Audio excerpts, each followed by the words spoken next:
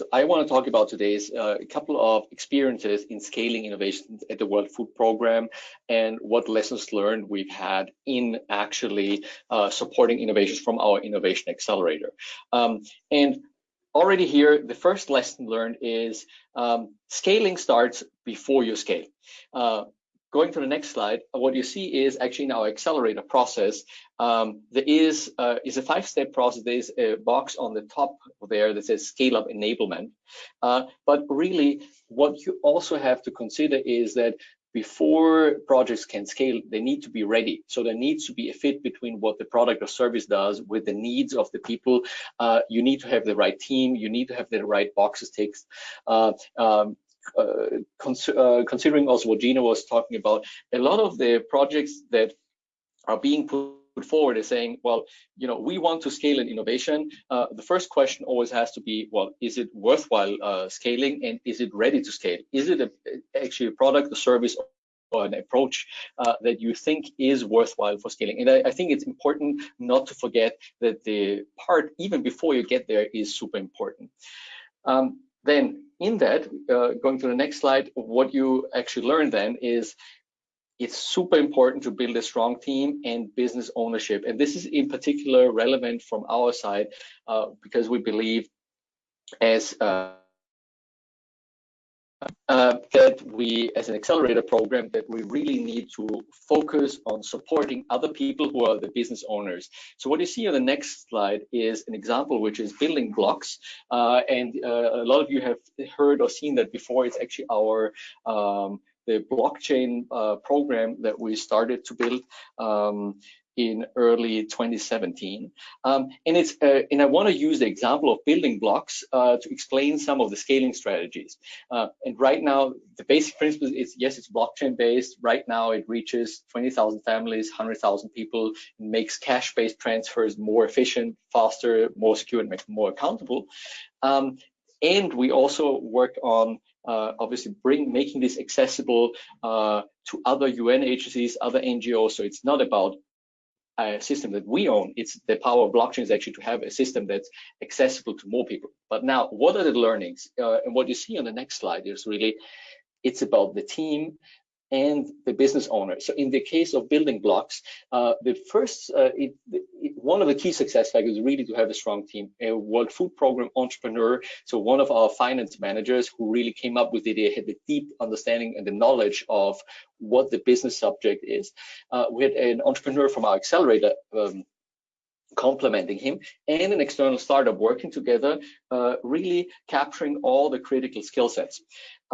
And this, it's important to know that having this dedicated, strong, and balanced team was very important. So it doesn't help you if you just have only technical experts or only people who know how to build startups. You need to have both. And specifically for scaling, what's important is these skill sets may also change over time. So skills that you need maybe for earlier stages in the process may actually be still relevant, but maybe less relevant when you scale. And the second learning is about the business owner. In the case of building blocks, it was actually our director of our finance division and headquarters and our country director in Jordan, who really felt this is their ownership. They want to drive this project forward. Because why is that important? Because ultimately, a lot of these projects will hit road bumps. It's one shape or the other. Not everything will always be rosy and shiny. So you need to have people who really think this is a priority for them, because only then they will also make the time, if it's required, to actually speak with stakeholders, with the government, with local communities, to actually work out things. Now, to the next learning. It's using a lean startup and human-centered design approach to build a product that people want. And Gina referred to that before, is about, is this actually changing people's behavior? It is really important to build something that people want to use. Ideally, build a product that people love. And why is that important? There's lots of misconceptions about lean startup when people hear the term, or human-centered design. What it really is about, you need to build a product and test it so you minimize waste, so you don't misspend funding, and you have earlier results. And what you see on the next slide is actually the journey for building blocks again, where you see the whole project started it was 2 people in the external startup. And 1 month in the project, in January 2017, we did a pilot with 100 people in Pakistan. Already 5 months later, we did a pilot with 10,500 people in the Azraq camp in Jordan. And it was actually just a pilot. And then already 6 months later, this was scaling up to 100,000, 106,000 people in this case. Then with a more stable external service provider helping us build the software for the blockchain system. And now another 8 months later, we now, with UN Women, have actually started the first interagency pilot. And this is really where you also see the trajectory of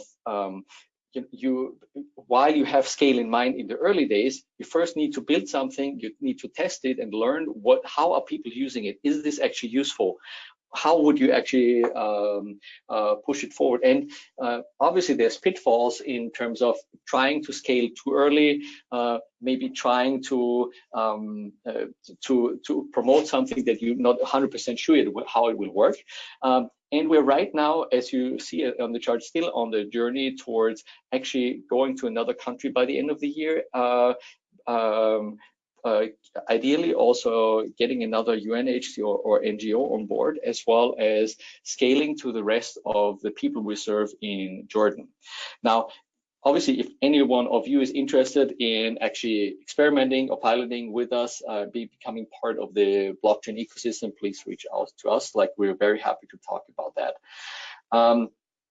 Now, talking about then once you have all of this is all about like bringing you towards the point when you can scale. Let's talk about what happens when you are in scaling mode. What are the real lessons learned there? And then the next learning on the next slide is it's about establishing a clear future state and developing that strategy to address growth barriers and share knowledge. And what you see on the next slide is really the outcomes of one of our recent scale-up bootcamps, as we called it, where we invited all 8 projects right now that we're supporting in scale-up in the World Food Program. And we had a 3-day workshop where we specifically spent time with them, also exposing them to member states, government partners, actually to give feedback and like have them coached, but really work on them on what is your future state and how do you communicate that. And the clear communication aspect is something that oftentimes with colleagues we find is an aspect that's neglected. Not specifically because people are not, they don't see that as valuable. They may just not. If you've been working on a project for too long, so they don't see how easy communication actually would need to be so that people understand what they say.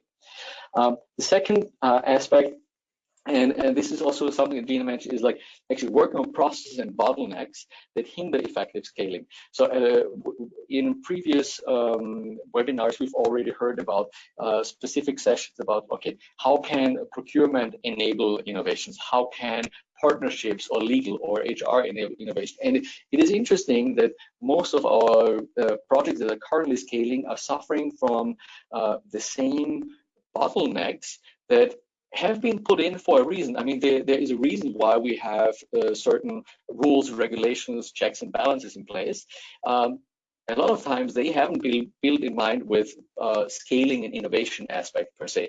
And this is really an aspect that needs addressing both still in the World Food Program, but I would believe also in the UN system overall.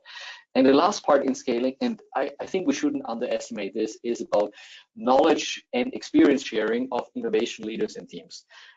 When you have people who are spending their day-to-day lives and maybe the nights and weekends too, in actually making an innovation come to life and actually getting this to scale, it often times feels like it's a lonely journey, because essentially if you're pushing an innovation, you might be always asking for exceptional things or new things. I mean, if it's a real innovation, you will be asking for new things. But actually having this network of people who actually share their knowledge and wisdom, I think that's actually an aspect that really also helps the individuals from a cultural, but also from a belonging aspect of how you can actually find your peers in pursuing innovations. And now to my last learning, which is there is actually different paths to scale. And on the next slide, you see there's simplified, we see three different models. The first one is what I was just describing. So where, for instance, like building blocks, the blockchain solution becomes part of a corporate process. So there's a corporate function that actually is responsible towards scaling. It's part of your core business, and it will forcefully become scale. The second model is about country-to-country innovation scaling. And this is something that's an area which right now I don't think anybody has mastered yet, which is when you have something that's coming bottom up, an innovation that started in one country and you see organic demand in other contexts, in other environments. How do you really make this happen? That we've been experimenting with different use cases and applications where sometimes we've seen centers of excellence, sometimes we've seen other teams, but it's an interesting avenue. And then the last scaling category that we had was actually to externalize the innovation. So essentially to pass on the innovation to an external NGO, to a startup, a private sector entity. Obviously, these three there could be mixes between those, and there could also be different elements. Like, for instance, in private sector, there could also be the mode of really doing a spin-off of a certain activity. Now, it's not completely unheard of in a UN context, but it's definitely something we haven't seen as often, I would say. Now, just to summarize, so there are 5 learnings that we've seen, and this is the last slide.